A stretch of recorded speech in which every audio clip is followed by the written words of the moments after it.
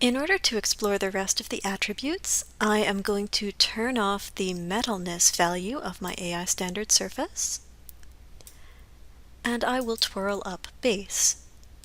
The next attribute that I've got is specular, and specular controls the shine of the AI standard surface node. When the weight of the specularity is up to 1, the object will be shiny.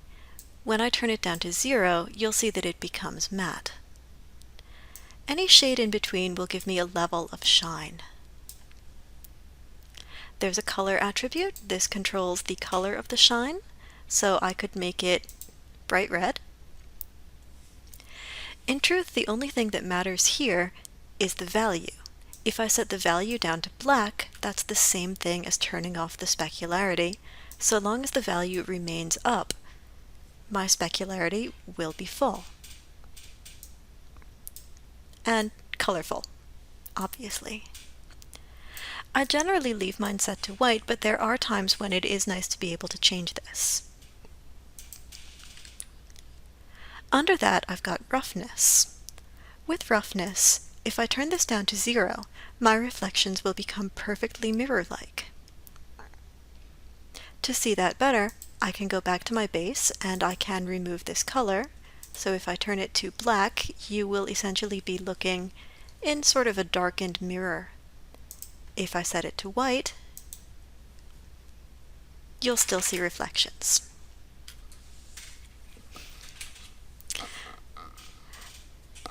So that is my roughness down at 0.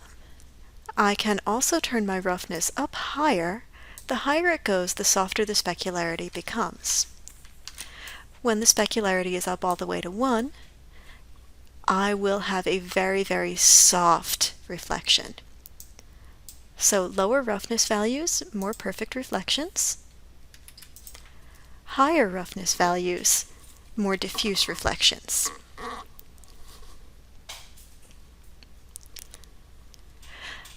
After that, I have a thing called the index of refraction, or IOR.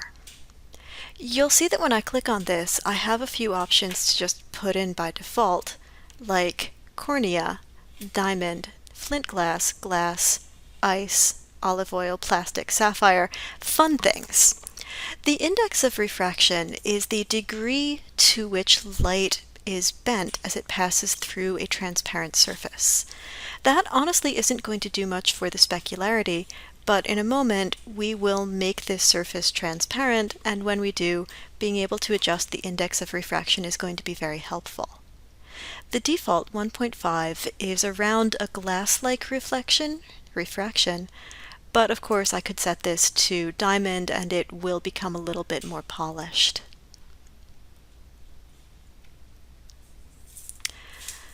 Anisotropy and rotation work together.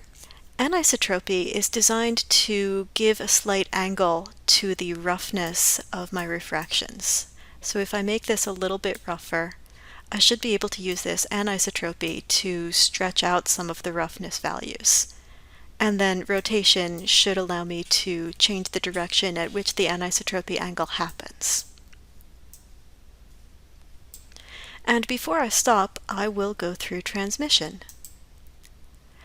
Transmission will allow light to pass through this object. When the weight is set to 1, the object will be completely solid.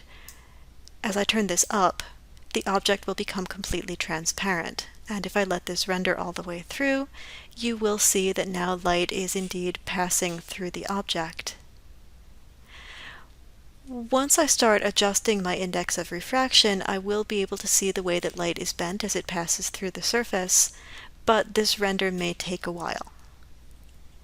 On the upside, it will give me a very accurate value. Let's turn my roughness down, and in fact, I'm going to turn the specular weight off, and now you can see this really lovely diamond-like shine. If I switch that back to glass, I'll get a glass-like shine. The teapot appears to be a solid object, so this is acting kind of like a raindrop.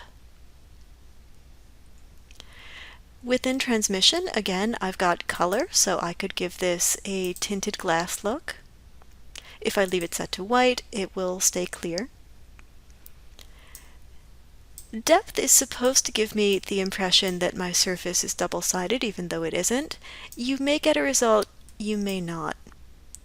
Along with it, if I apply some scatter, that's supposed to give me the appearance of there being something inside the reflection, kind of like swamp water or honey.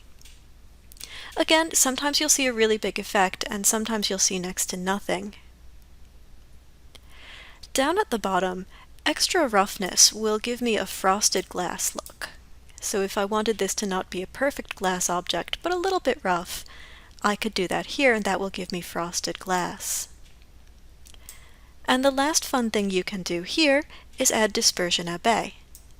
What this does is it fragments the glass object, so it behaves more like a prism and less like a piece of glass, which can be kind of fun because it'll give you a nifty rainbow look.